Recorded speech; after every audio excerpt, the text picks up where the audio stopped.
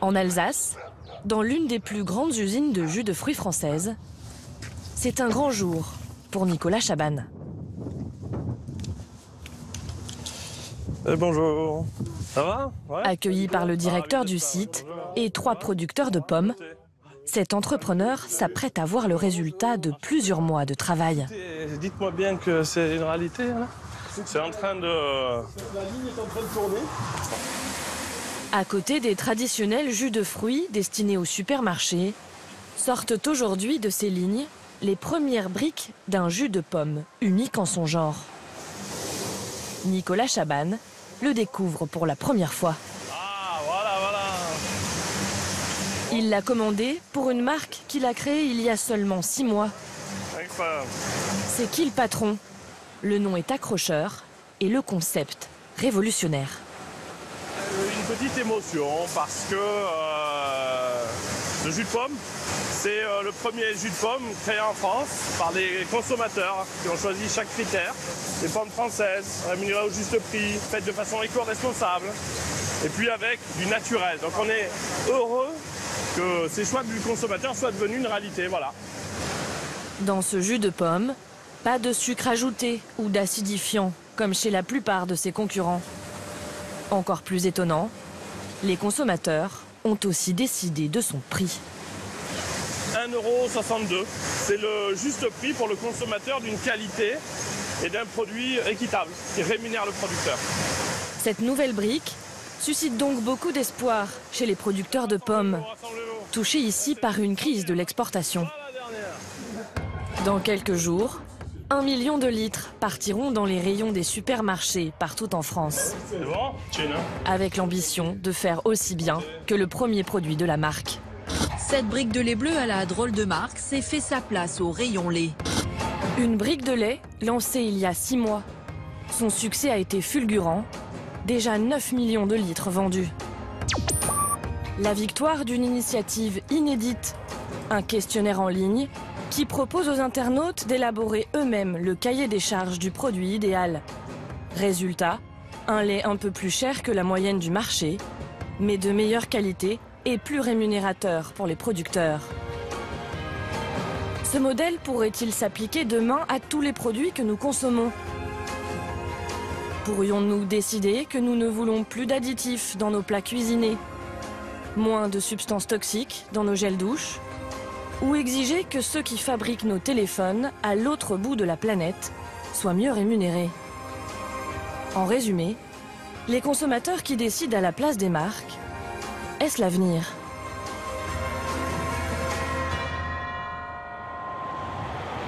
En banlieue parisienne, vit l'un d'entre eux, ou plutôt l'une. Isabelle, 57 ans, fait partie des 7000 Français qui ont créé la célèbre brique de lait.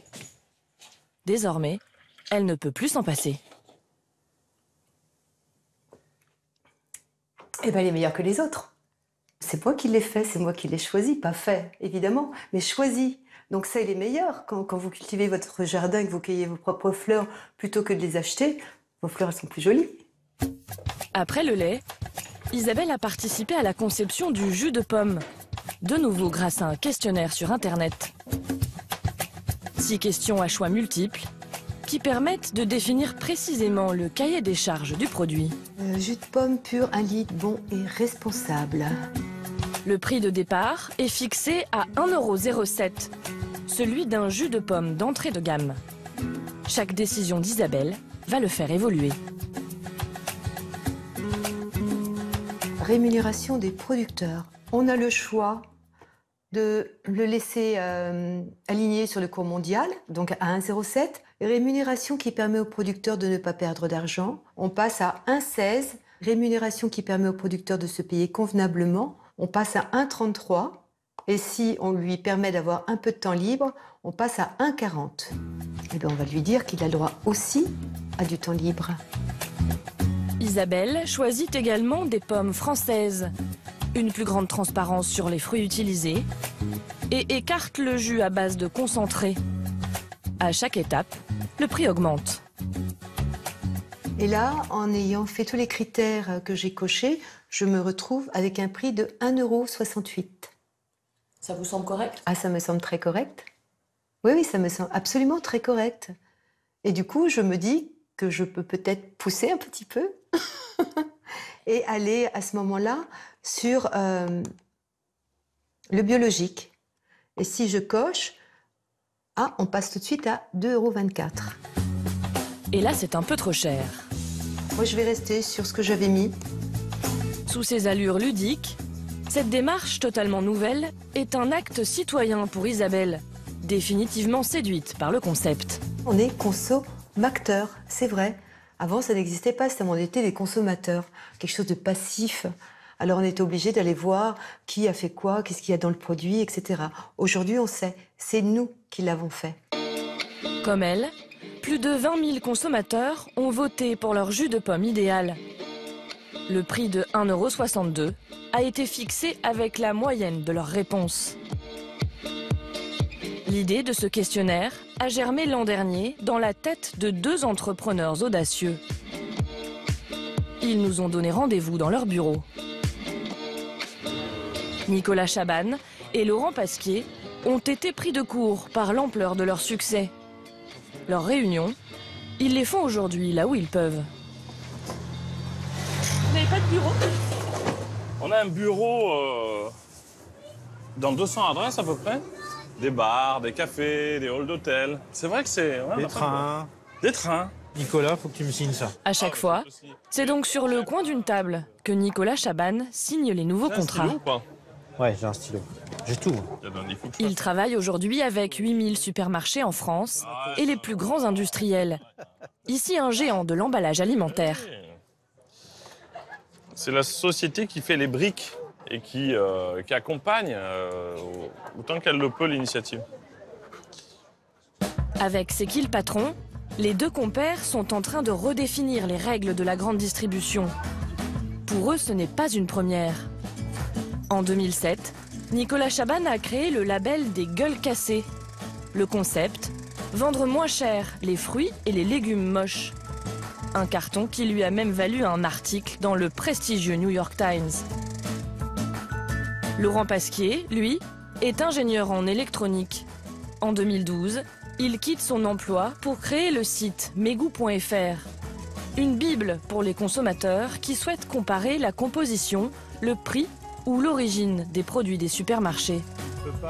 Entre 2 scandales alimentaires et en pleine crise du lait, les 2 entrepreneurs décident d'unir leurs forces. On a dit, on crée une marque. Et là est arrivé le nom qui nous a plu parce que c'était assez symbolique. C'était C'est qui le patron?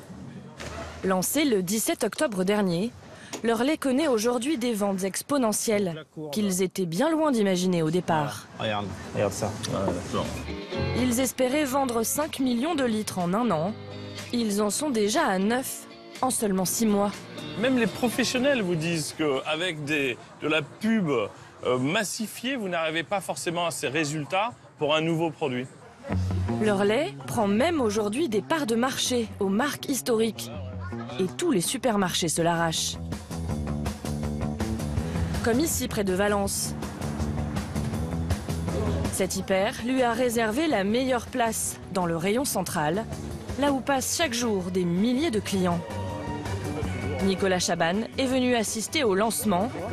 Ça, c'est génial, ça. Avec beaucoup d'ambition et sans complexe. Le descriptif.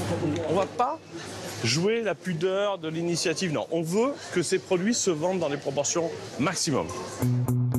Il y a 6 mois, les internautes qui l'ont mis au point ont souhaité un lait qui tranche avec ses concurrents dans les supermarchés. Ils ont voté massivement pour que les producteurs puissent se payer convenablement et même prendre des vacances. Ils ont aussi exigé une production française, des vaches qui passent entre 3 et 6 mois dans les pâturages et une alimentation garantie sans OGM. Résultat, le prix est monté à 99 centimes le litre, soit 20 centimes de plus que le prix moyen du lait en rayon. Cet après-midi, 2 éleveurs ont été invités par Nicolas Chaban pour en faire la promotion. Auchan, bienvenue. C'est vrai que c'est joli. Martial s'est mis sur son 31 pour l'occasion. Voilà, on va pas le louper, hein. On va pas la louper la brique. D'habitude, les éleveurs ne travaillent pas en direct avec les supermarchés. Cette fois, ils sont accueillis comme des stars. Je suis Karine Manval, je suis l'assistante de direction du magasin. Enchanté, bonjour. Direction du magasin, vendeurs, journalistes. Le lait équitable fait aujourd'hui l'événement en tête de gondole. Enchanté, donc c'est sur vous qu'on compte? Ah, c'est ça, moi c'est vous qui m'intéresse. Je suis désolé pour les autres, c'est vous qui m'intéressez. Dans ces briques, le lait des 55 vaches de Martial. Ah oui, c'est du lait de nos vaches, c'est les miennes. C'est les miennes, c'est du vrai de vrai. Transparence et traçabilité, de quoi rassurer les clients qui voudraient échapper au lait industriel. Vous avez des hommes, des femmes, du lait, des exploitations. Voilà, c'est ça qu'ils vendent. Le lait, il doit transpirer un peu la bouille des paysans, c'est ce que je dis un petit peu, quoi. Mais surtout, les consommateurs ont dorénavant l'impression de faire une bonne action en achetant le lait de Martial et des éleveurs de la région. Donc dorénavant, si vous achetez du lait, sincèrement, ça serait bien de penser à nous. Il ne se passe pas une semaine sans qu'on entende que les agriculteurs ils se suicident. Parce qu'ils n'y arrivent plus, ils se crèvent quoi, au travail. Alors que ce qu'on a là, c'est grâce à eux. Ça fait un petit peu plus cher, mais finalement, on est dans une démarche qui est un petit peu équitable, c'est vraiment ça. Et on va prendre un pack de 6 et puis voilà. Mais alors, ce lait dit équitable a-t-il vraiment changé la vie des éleveurs qui le produisent? Direction le petit village de Dommartin, au cœur de la Bresse. C'est ici que Martial élève depuis 38 ans ses 55 vaches laitières, des Montbéliardes. Allez, on y va! Il est 6 heures. Comme tous les matins, la journée commence par la traite. Avec l'aide de sa femme Martine. Depuis 6 mois, la bonne humeur est de retour. Là, on est quand même... On commence à respirer plus facilement. Vas-y, futé. Stressé, hein? Pour eux, la fin de 2 années de galère, celle de la crise laitière. Durant cette période, le couple travaillait pour perdre de l'argent. Donc se lever le matin, savoir qu'on aura déjà perdu un peu plus de 100 € le soir avant qu'il y ait un problème, avant tout problème, c'est toujours très très compliqué. Donc on sentait bien que le scénario il était en train de nous échapper. Il y a 1 an, le couple, au bord du gouffre, pense même à tout arrêter. Lourdement endetté, il travaille 105 heures par semaine sans réussir à dégager de bénéfices. Son lait, il le vend alors à un industriel italien à perte. Ouais. Ah ben là, c'était la cata, là. Hein. Le prix de base, il est là. Donc on était à 200 €. Hein. 200 € les 1000 litres. C'est 20 centimes d'euros le litre. Largement insuffisant selon le producteur. Oui, il me coûtait 30 centimes, quoi. Hein. Voilà. À produire. Donc, comment on fait? Eh ben, vous tapez dans les réserves de l'exploitation, puis après dans les réserves personnelles. Puis après, vous étalez un peu tout le monde, c'est-à-dire que la facture qui arrive, vous la payez pas le premier mois, mais le deuxième ou le troisième. Allez, on y va, doucement. Mais ça, c'est de l'histoire ancienne. Leur situation a radicalement changé depuis qu'ils vendent leur lait à C'est qui le patron. 390, MDC 390 et 1000 litres. 390 € les 1000 litres. C'est 39 centimes le litre. 2 fois plus qu'avant. La rémunération voulue par les consommateurs est donc bien réelle. Le couple se verse aujourd'hui un salaire de 1 500 € par mois.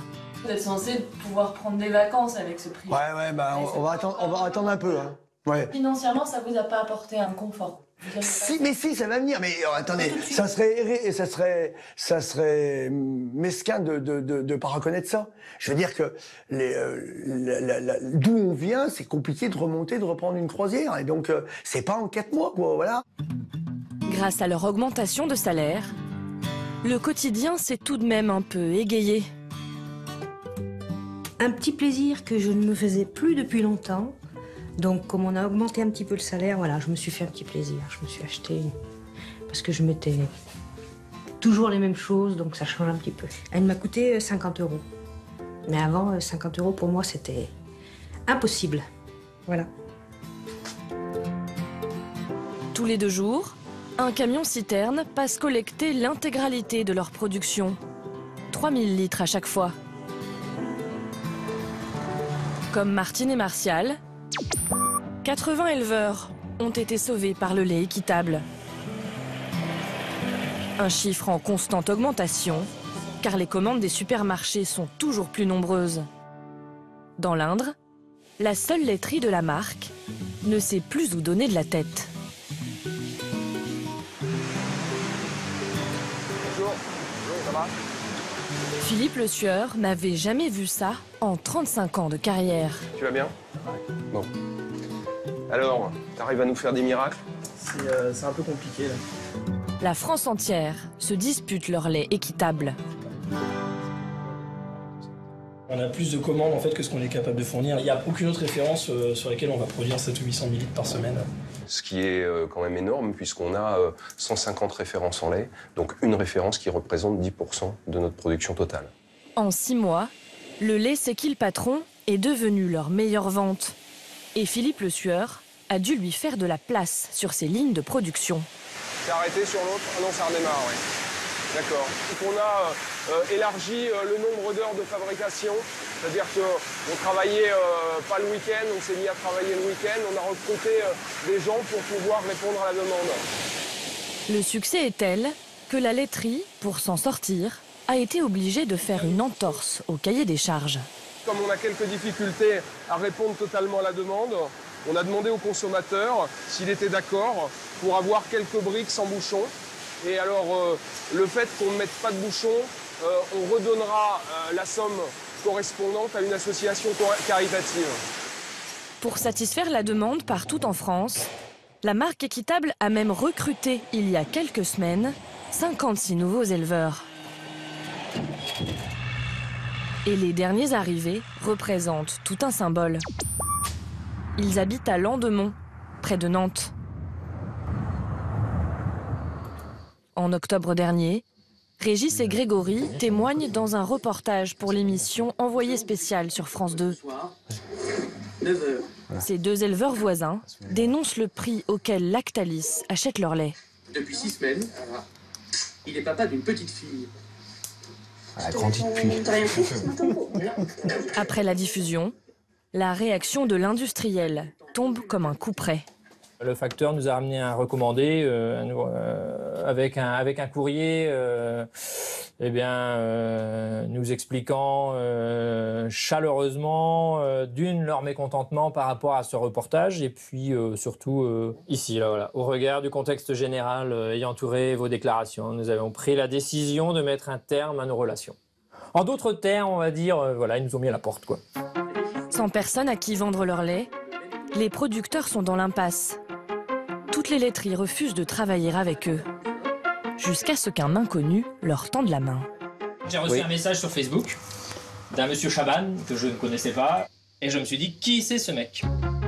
Informés de leur situation, Nicolas Chaban leur propose de produire pour C'est qui le patron ? Le retour de l'espoir pour ces producteurs. D'ici cet été, ils devraient pouvoir vendre le lait de leurs vaches à un prix équitable. Le temps pour eux de se conformer au cahier des charges du consommateur.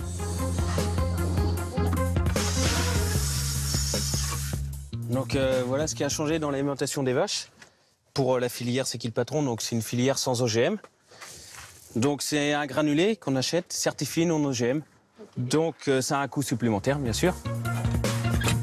Le lait équitable leur coûte 15% plus cher à produire, mais l'opération reste rentable pour eux, comme pour toute la filière laitière. Grâce à ce succès, les deux créateurs du concept, Nicolas Chaban et Laurent Pasquier, sont désormais en position de force face à la grande distribution. Cet après-midi, ils sont attendus au siège de Carrefour, leur client historique. C'est bien. Ah ouais, regarde, tu vois, tu as Là, on voit quand même que quand ils disent que c'est un sujet important pour eux, oui, c'est clair. Hein, Carrefour a compris qui est le patron. Voilà, les consommateurs. Le duo doit aujourd'hui présenter son nouveau produit, le jus de pomme. Bienvenue. Merci. Bonjour Nicolas. Bonjour. Bonjour. On va passer par là, je vous en... Mais rien à voir avec l'habituelle négociation entre la grande distribution et ses fournisseurs. Moins qu'à Massy, plus qu'à Massy. Pardon. Cette fois, l'enseigne, 5600 supermarchés en France, n'a pas son mot à dire. Allez, installez-vous là. Elle a commandé 1 million de litres de jus de pomme, sans même connaître son prix de vente en rayon. Ça a bien fonctionné là, le questionnaire? On a eu beaucoup de participants ou... Celui-ci va lui être imposé par les deux hommes. Le prix que les consommateurs sont prêts à mettre dans le produit, 1,62 €. Ah oui, 1,62 €. Très bien. Voilà. Ce qui est raisonnable. Par rapport à la qualité, c'est très raisonnable. La scène est inédite dans l'histoire de la grande distribution. L'enseigne accepte sans sourciller les conditions imposées par les 20 000 consommateurs. 20 000 consommateurs ont dit qu'il achèterait à 1,62 €. Nous, notre job, c'est de mettre un produit dans nos magasins à 1,62 €. Et pour répondre exactement à la demande du consommateur, c'est notre métier. Pour s'assurer du soutien de l'enseigne, Nicolas et Laurent ont été malins. Ils ont intégré sa marge dans le prix de base du jus de pomme, à 1,07 €. Les choix des consommateurs sont des options qui s'ajoutent sans incidence sur ce que gagne Carrefour. Nous, on a veillé, Laurent, à ce souci permanent de prévoir des marges pour l'ensemble des acteurs. Ça veut dire qu'on estime qu'un produit durable, il faut qu'il soit durable pour tout le monde. Si vous demandez des réductions de marge, le produit pendant 6 mois ou 3 mois est en rayon, le distributeur vous fait plaisir et fait un peu de communication, puis après, le produit, il n'est plus là. L'aventure, c'est bien. Je pense que ce projet, c'est une vraie aventure. On ne connaît pas vraiment ce qui se passera demain. On essaie de le planifier, on essaie de faire rentrer Nicolas dans un genre de cadre, etc. Mais c'est pas facile. C'est un projet voilà, qui nécessite beaucoup de réactivité. Les deux entrepreneurs prennent, eux, une marge de 5% sur toutes les ventes. Déjà près de 500 000 €. Merci. Au revoir. De quoi développer la quinzaine de produits qu'ils ont déjà en tête. Compote, pizza, beurre, crème fraîche, œufs. Bientôt, leur marque inondera tous les rayons des supermarchés.